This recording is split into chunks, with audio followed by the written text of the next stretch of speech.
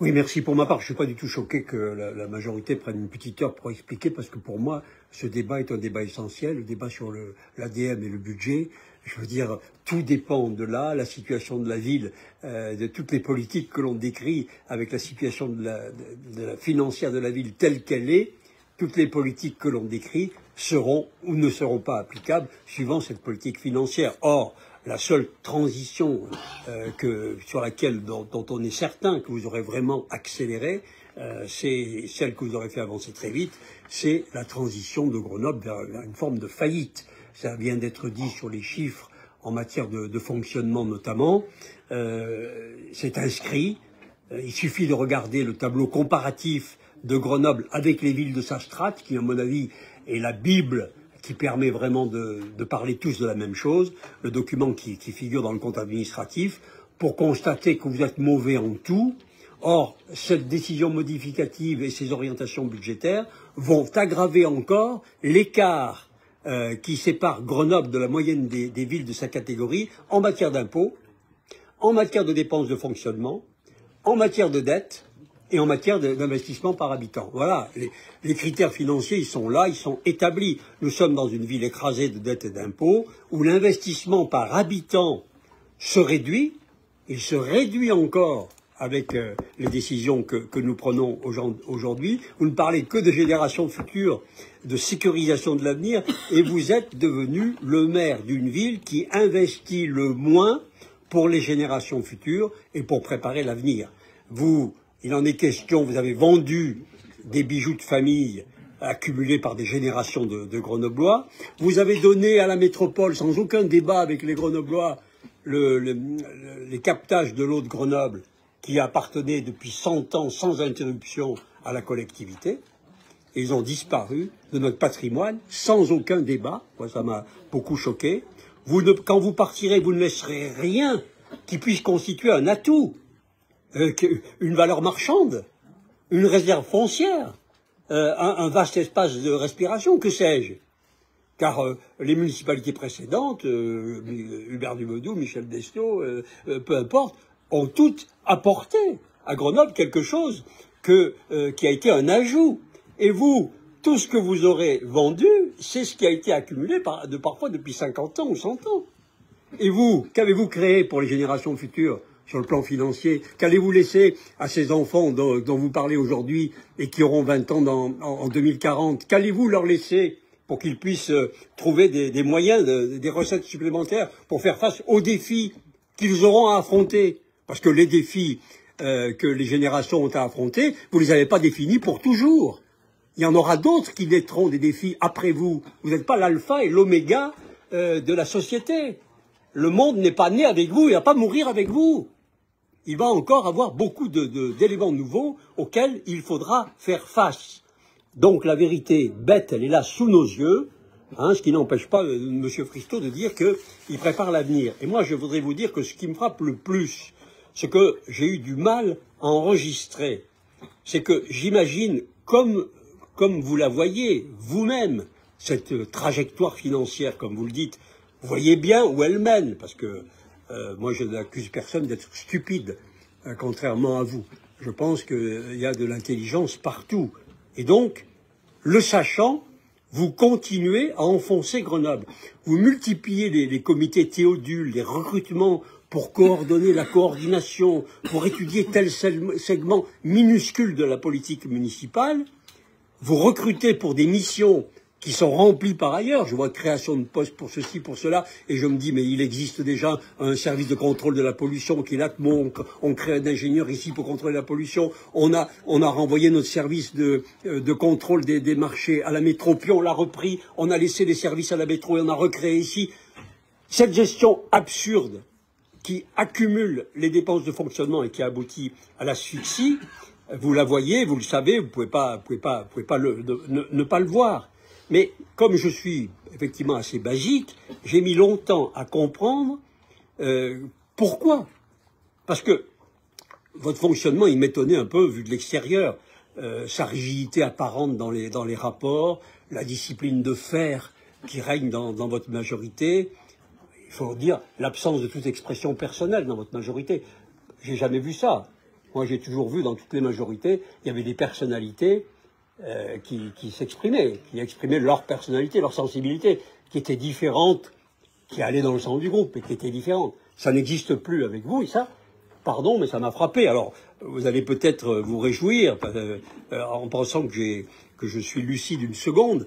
J'ai donc pensé que j'étais dépassé par la nouvelle vie politique telle qu'elle s'exprimait, et que donc j'avais un temps de retard, que la politique moderne, c'était désormais ça, et qu'effectivement, je vais vous rassurer, donc j'étais donc pas du tout fait pour elle. Puis, je n'étais pas là, mais il y a eu l'intervention, l'alerte de Guy Tuchère et Bernadette Richard-Finot. Ces conseillers de votre majorité, que vous avez d'ailleurs immédiatement disqualifiés, etc., classiquement, et pourtant ce qu'ils racontaient de votre fonctionnement, de vos week-ends avec les fameux séminaires de cohérence du groupe, les 2 jours enfermés avec interdiction de raconter à son conjoint, Guy Tuchère qui racontait qu'il avait vu des adjoints qui ont vraiment morflé, psychothérapie et compagnie, les méthodes de conférence de groupe, et il disait « Qui aurait pu croire que les sympathiques écolos se comportent comme des staliniens ?» Honnêtement, j'y croyais pas vraiment. Vous voyez, franchement, soyons clairs, je disais, bon, il exagère un peu, ce monsieur, il est peut-être déçu par le fonctionnement de la majorité. Il présentait des réunions dans des salles fermées à clé, afin que personne ne sorte. Il racontait des demandes de dénonciation publique des élus qui avaient fauté. Il disait qu'il y avait des refus d'accès aux documents pour travailler les dossiers. Il expliquait que vous saviez que vous trichiez dans la constitution de la fameuse votation citoyenne. Il savait que vous trichiez en la mettant en place, en mettant le verrou des 20 000 votants qui empêchaient les citoyens de changer vos positions. Et il racontait que la façon dont Éric Piolle avait annoncé le départ de son directeur de cabinet, Gabriel Roustan, je m'en suis débarrassé, sans autre explication. Et tout le temps, il évoquait ce fond de violence, il faut le dire, dans les rapports de la part de ceux qui n'ont que bienveillance à la bouche. On n'y croyait pas totalement, vraiment. Et citait le cas, d'ailleurs, de l'adjoint aux finances, déjà. Hakim Sabri, qui bouillait de devoir suivre les ordres du cabinet et que Éric Piolle rattrapait aux branches. C'est très important, parce que ça crédibilise beaucoup le discours de Guy Tuchère à ce moment-là, compte tenu des événements qui ont suivi avec la position de Hakim Sabri. En fait, il disait tout vrai. Et après, il y a eu Enzo Le Sourd, votre deuxième cerveau, qui lui aussi dénonce la violence de votre fonctionnement, y compris avec une femme du cabinet, ça a été rappelé par Dominique Spini. Et il y a eu le témoignage de Chloé Lebret, qui ne voulait plus signer des chartes qui servaient à rien. Et puis il y a eu cette scène qui m'a particulièrement choqué, c'est celle sur le Burkini, quand Éric Piolle a annoncé « mais moi je sais qui va voter quoi », etc. On a calibré. La délibération va passer. Il y a un élu, en gros, qu'on a envoyé se promener qui ne sera pas présent. C'est monsieur Abfas, si je me souviens bien. Une autre qui voulait voter contre, mais on lui a dit de voter pour. Et moi, ce vote-là, c'est un vote de conscience. C'est pas un vote de discipline. On laisse la liberté. Et vous ne l'aviez pas laissé, ça m'avait particulièrement choqué. Et je rappelle que Guy Tuchère, je dis bien, Guy Tuchère avait déclaré « il y a quelque chose de presque mafieux dans l'organisation ». Et puis, il y a eu les déclarations des 7 élus qu'il vous est difficile de disqualifier comme Guy Tuchère, compte tenu de l'ancienneté dans le combat ou dans le rôle joué depuis 2014. Je pense donc à l'adjoint aux finances et à Pascal Clouer, qui ont tenu bon pour vous. Pour le premier, il a tenu bon visiblement dans la situation financière de la ville. Il a avalé le plan de sauvegarde. Il a tenu bon jusqu'à l'augmentation des impôts. Et puis le second, Pascal Clouer, qui a tenu bon à vos côtés dans la menterie, il faut dire, du pouvoir rendu aux citoyens, alors que vous mettiez en place un mécanisme qui le rendait impossible. Et je constate, monsieur le maire, que tous ceux, successivement, qui sortent de l'emprise, sont tellement libérés qu'ils se lâchent et qu'ils témoignent sans phare. Et je leur rends hommage. La ritournelle est la même, violence et hypocrisie sont les deux mamelles de votre fonctionnement. Enfin, et vous verrez pourquoi c'est un rapport direct avec le budget, il y a le témoignage de cette conseillère municipale, Madame Marie-Madeleine Bouillon, sous forme de roman. C'est assez terrifiant sur votre comportement personnel, sur le fonctionnement, les élus étant considérés comme des marionnettes aux mains du cabinet, interdiction de parler aux journalistes, de répondre aux questions autrement que formatées par le cabinet, la description des réunions internes, on retrouve la description de Guy Tucher, les ordres du jour fermés, l'interdiction de parler plus de 3 fois, l'impossibilité d'évoquer une question d'actualité que le Politburo n'aurait pas anticipée, la sempiternelle communication, la vôtre, nationale, qui prime surtout. Il faut que la communication nationale des agricoles soit l'alpha et l'oméga, etc. Les problématiques des Grenoblois étant en quelque sorte une variable d'ajustement. Je suis désolé de rappeler cela, mais il m'a fallu la somme de ces témoignages pour que j'y croie vraiment. Je connais votre culture politique, l'origine de votre culture politique, la culture politique de l'extrême gauche. Elle est connue, c'est une culture totalitaire. Son origine, culturellement, elle est très connue, que ce soit les communistes ou l'extrême gauche. Elle vient de très loin, et elle plonge dans notre histoire, mais je ne concevais pas qu'il s'agissait d'un fonctionnement de type sectaire, littéralement. Si vous n'apparteniez pas à la sphère politique qui vous rend intouchable, je pense que vous relèveriez de la mission interministérielle de vigilance et de lutte contre les sectes. Il y a en effet, d'après ce qu'on décrit, vos élus. Moi, je n'ai pris, il n'y a aucun terme qui m'appartient. Ce sont des témoignages de vos élus. Il y a l'emprise, il y a la violence, il y a la pression, il y a la menace, il y a le lien financier pour certains, et il y a les règles de fonctionnement qui annihilent toute volonté personnelle. Il y a l'infantilisation, il y a la déstabilisation psychologique, comme le racontent Guy Tucher et Madame Bouillon. Il y a le côté gourou, qui joue de sa surpuissance un peu surjouée, de sa distanciation pour tenir la main, de fer, avec une camarilla très proche de lui, à sa dévotion, qui tient tout, 24 heures sur 24, avec même, on nous a expliqué, une boucle WhatsApp, hot, very hot, etc., qui permet, non mais hot au sens des informations, pas de la 5G. Pas de la 5G dans l'ascenseur, non. Au sens de la... Oui. C'est pas drôle et ça devient plus que limite, là, monsieur Carré. Ah, ça énerve, hein, c'est grave. Calmez-vous, laissez-le parler. Laissez-le. Pas de souci, pas de souci. Donc j'ai voulu rectifier pour pas qu'on pense qu'il y ait une allusion quelconque à quelque chose de pas normal, et donc j'ai précisé que la boucle very hot et hot était pour les informations urgentes et importantes et n'avait pas de rapport avec la 5G dans l'ascenseur. Je peux répéter ça très clairement.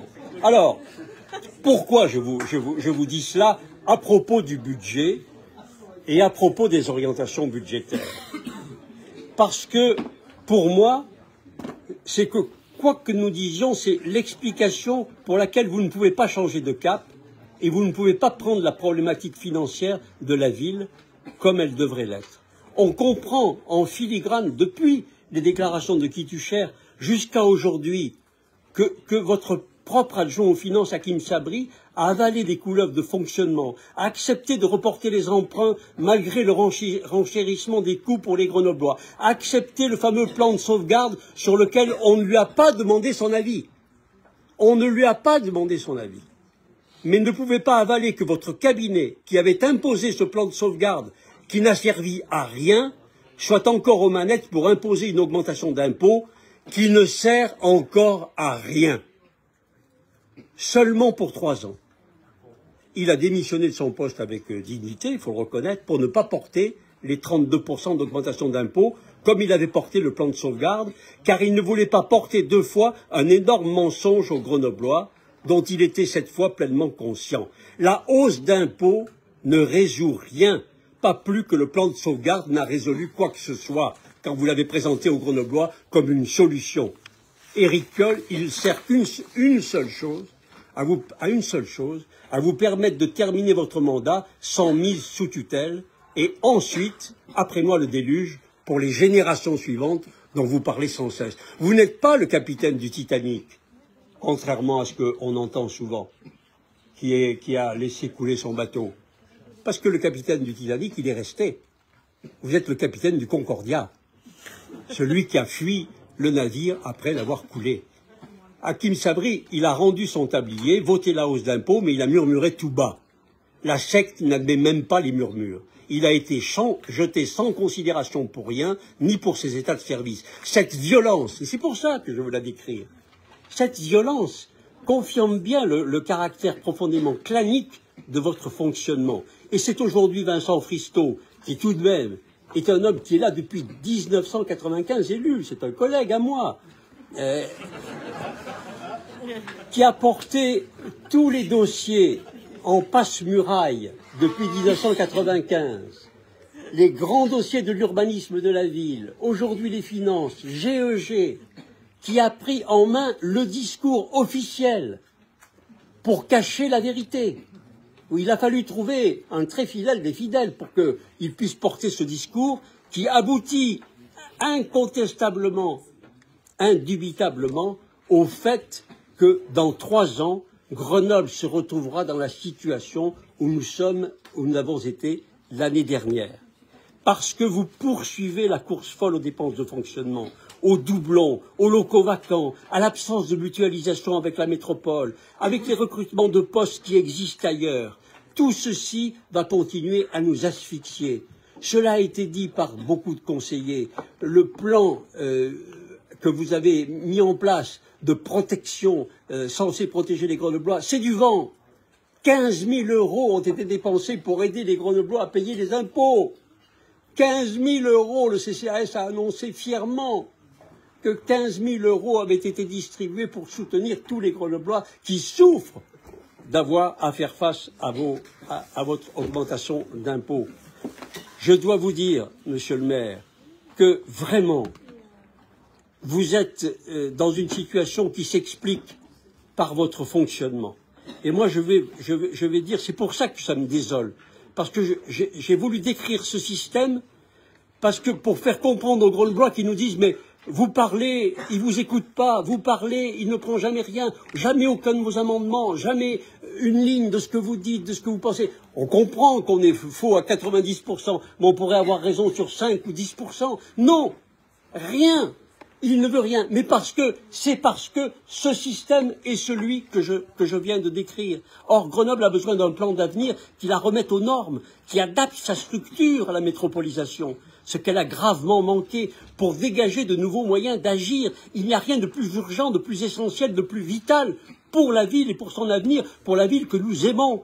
Et si nous ne voulons pas qu'elle souffre et que les Grenoblois souffrent d'investissements et de services de plus en plus réduits et au final d'un déclassement pour la ville et pour les habitants, il faut qu'elle prenne ces mesures. Ce budget supplémentaire, ces orientations budgétaires mensongères m'appellent à appeler tous ceux qui ont Grenoble à cœur, tous ceux qui sont conscients de la situation, qui aspirent à dire la vérité aux Grenoblois. Je leur dis, dialoguez, rassemblons-nous, faisons quelque chose, parce qu'il faudra du courage, il faudra de l'audace, il faudra de l'imagination pour bâtir un projet qui donne des nouveaux outils permettant aux Grenoblois d'affronter les nouveaux défis que Grenoble devra affronter et qui sont d'abord, je suis désolé de le dire, qui sont d'abord des défis financiers.